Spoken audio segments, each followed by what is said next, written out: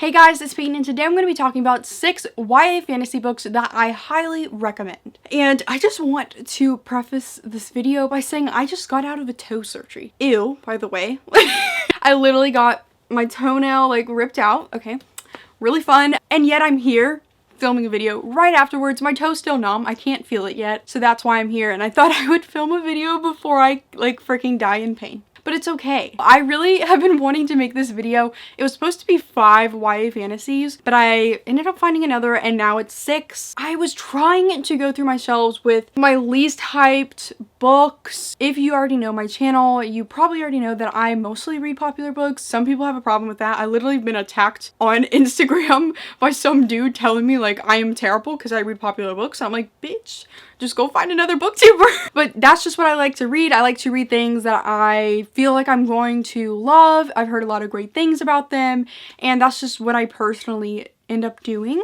So I tried my best to find my least hype books. Most of these are new releases that just came out that most of y'all probably haven't read yet, and I want to push it down your throat and tell you that you should read these books. Let's just go ahead and get into it. So the first book I have here is called The Daughter of the Pirate King by Trisha Levenseller. This is one of the books that I really enjoyed. I read it very quickly years ago, and there's a sequel. I think this is a duology, and I never ended up reading the second one when it came out. I think I was just broke when the second one came out, so I never ended up buying it, and now I really want to reread it so I can go through this journey again because I just remember it being so much fun. It's a really short book. It's a fantasy all about pirates, and the whole thing about this is the main character, I forgot her name, it's Alosa, and she's a 17-year-old pirate captain.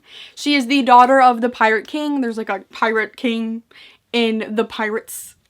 Okay, that was a great explanation, but she's really similar to Captain Jack Sparrow. She gives off those snarky vibes, and she's just so much fun. She also kind of reminded me of Aelin from the Throne of Glass series, and she's one of my favorite freaking characters of all time, so this book was just so much fun. So the main thing about this book is how Alosa is going undercover for an enemy pirate ship that I guess her father is enemies of, and she's trying to act like a prisoner. She's trying to get details from this enemy pirate ship. She's really smart, going undercover and acting like she isn't a bad bitch, but she actually is a bad bitch. And I think I remember that she ends up having a romance with the captain of this enemy ship, and I was here for it. It was so much fun, and I literally want to reread this again because she's such a badass main character. I just highly recommend it. This is just one of those books that have been out for a few years. I just don't really see anybody talking about it on BookTube, at least. If you're into pirates, if you like maybe Jack Sparrow or anything like that, it's a lot of fun. The next book I recommend is Criers by Nina Varela. I was initially intrigued by this book because it is a female-female romance in a fantasy setting, and this book is weird because it's fantasy, but there's also a bit of a sci-fi element because there are people that are kind of like cyborgs. They're called the Autome. They're the most advanced version of cyborg people that could happen. These people were created, but they're pretty much like humans, and the Autome kind of originally started as a small little project in this world, and then they ended up taking over the world. So then the humans are now the servants. I think the Autome was originally supposed to be their servants, and the Autome took over this world, and now the humans are getting murdered all the time, and they're pretty much their slaves at this point.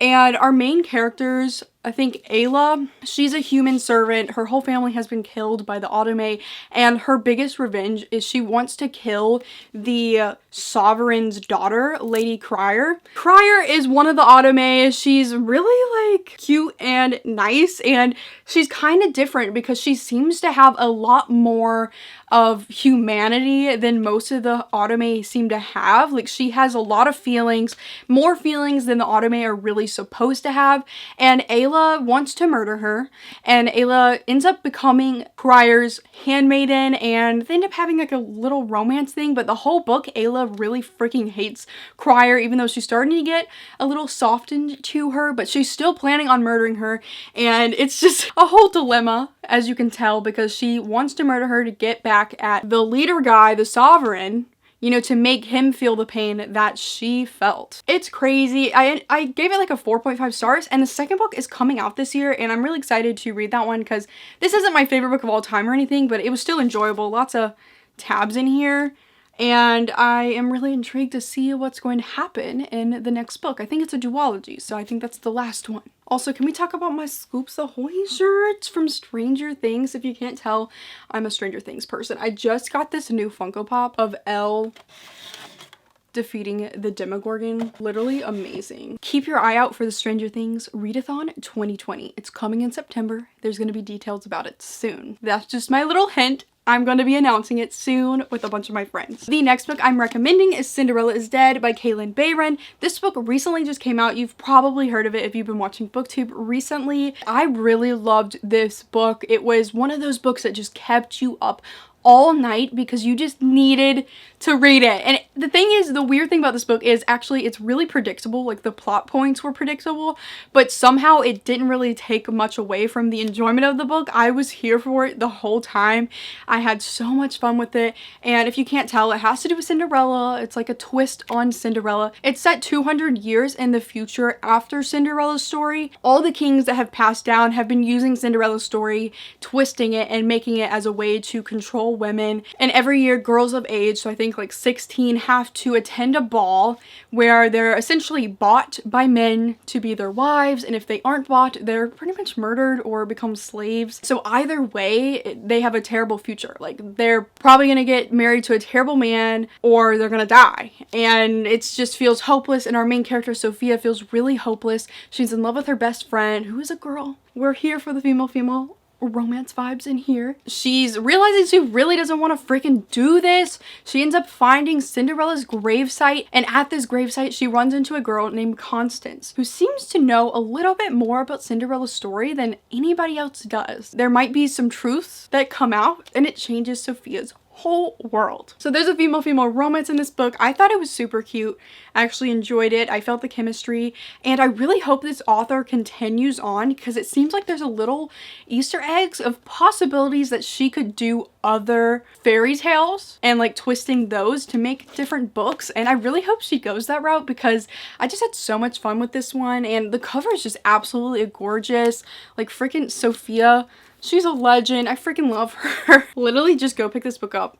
Everything about it is amazing. Beauty, story, characters, everything is so good. I also had a vlog on this if you want to go watch me have more in-depth thoughts. The next book I'm recommending is A Song of Wraiths Ruin by Roseanne A. Brown. This is more of like a really big fantasy, like more of a high fantasy. All these other books have been in different worlds, but this one gives me more of those vibes where like it's legit. Like there's so much world building. It amazed me how well Roseanne A. Brown like made this world with all of the histories. She really went there. Like I was like feeling really insecure about my own book because I'm writing it and like I was reading this at the same time and I was like, shit, she's making me look bad. She freaking knows her world so well, and you can tell. And this is the start of a duology, and the most interesting way I can put it is we have a princess and just a regular boy who is trying to move him and his sisters so they can have a better life. They're moving into the city, like the capital or whatever. Princess Karina, her mother was recently assassinated. The rest of her family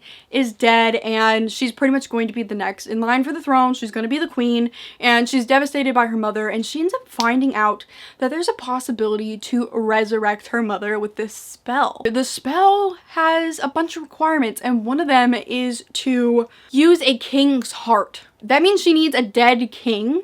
She doesn't have a king lying around that she can just murder, you know? So she decides that during this huge festival that is about to be held in her city, there is going to be a bunch of men competing and girls, but she's hoping the men win because she needs a king's heart. Malik, our main dude, is going to be competing in it because his sister just got kidnapped by this magical being, and the magical being said, the only way I will give your sister back is if you kill Princess Karina. And he knows that the reward for the competition is to marry Princess Karina because she's trying to kill a king and he's trying to kill her. So they both trying to kill each other. They both are about to catch feelings for one another, and it's complicated, and it was so much fun. I thought the world was so well done. As I said, it was so atmospheric and I just really felt immersed in it, and the magical system is also really different. It felt so interesting because it was just different than what I normally see.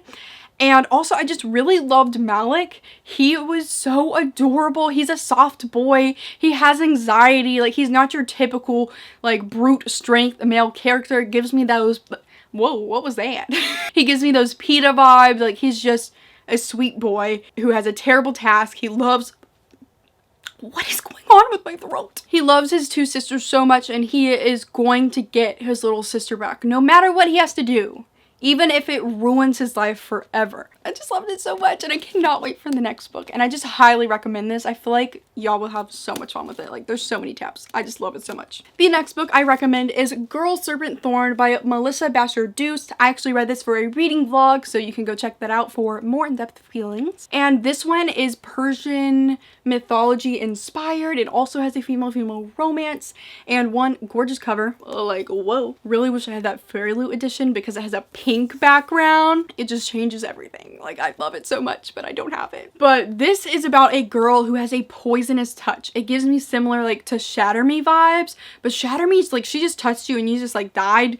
But this, she has, like, literal poison in her skin, and, like, she transfers it, and, like, it's green, and it's crazy. And it's because her mother, when her mother was young, she ran into these things called the div, and they kind of remind me of fairies. I don't know if that's, like, the Persian mythology, like, version of fairies. I need to look deeper into that. I never, like, ended up researching it.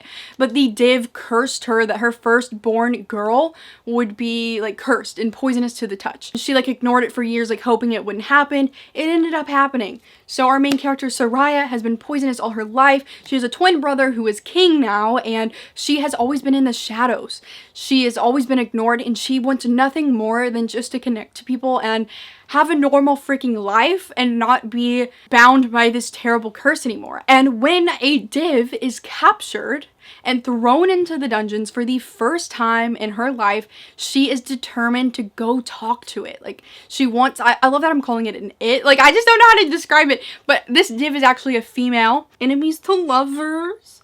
Romance. I was hoping that's where the romance would come in. It is. And it's just so interesting. I freaking love it. It was just a really enjoyable book, and I feel like a lot of y'all would like it too. I think it's a standalone. Like, it could just be one book, but I also kind of hope she expands further and makes more, because I just really enjoyed this. It felt very different, and I only gave it a 4 stars, so it's not like my favorite thing in the world, but I really did enjoy it, and I think you might enjoy it too. The last book that I'm recommending is one of the more popular ones because it's been out for a while, but I still feel like a lot of people don't really know about it, or they just haven't read it yet. It's on their list, so I'm gonna push it further. And Ember in the Ashes by Sabah Tahir. I read this like last year. I read the first 2. I have the 3rd one. I never freaking got around to reading that one, and I really just want to read all of them. The 4th one is coming out this year. I think it's the last one, and I really just want to reread them so I can be prepared, because I just don't remember that much, and I feel like I would like it more the second time around, because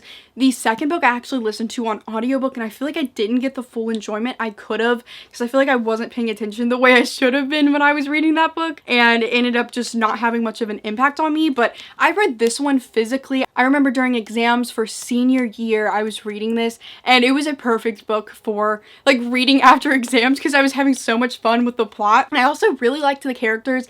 It's about this girl named Laya. Her brother, he was taken by the enemy. I don't really remember, but he was stolen right in front of her. Her other family like murdered, and she's determined to get her brother back, to the point where she goes to this resistance people. Kind of reminds me of Star Wars. All the talk in here, like the resistance, the empire, like it gives you Star Wars vibes. Laya goes to the resistance, like asking like, what can I do to get him back? Like, I know he's alive. Like, what can I do? He's my only family that I have left. So they ended up putting her as a spy inside of the empire.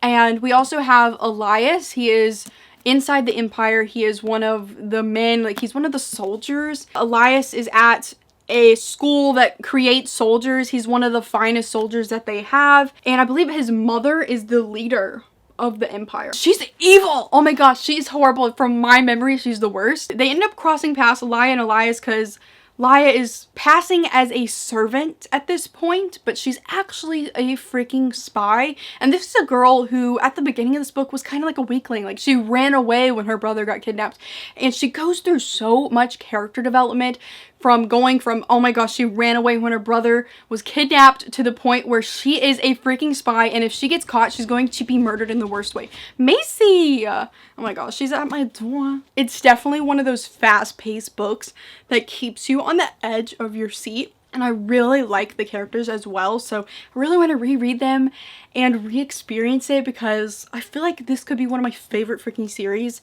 if I would just not audiobook it. Macy, no. I feel like I would like the second one so much more if I didn't audiobook it. Macy, shut up. So those are all the books that I'm recommending today. I hope that you found a new book that you may have not heard of or you didn't really know much about. I hope you're interested now. Thank you guys so much for watching this video. Like it, comment down below. Have a good day. Please subscribe. Make sure to follow all my social medias, which are linked down below. And go click the bell button, which is right by the subscribe button, which you should already clicked. And goodbye.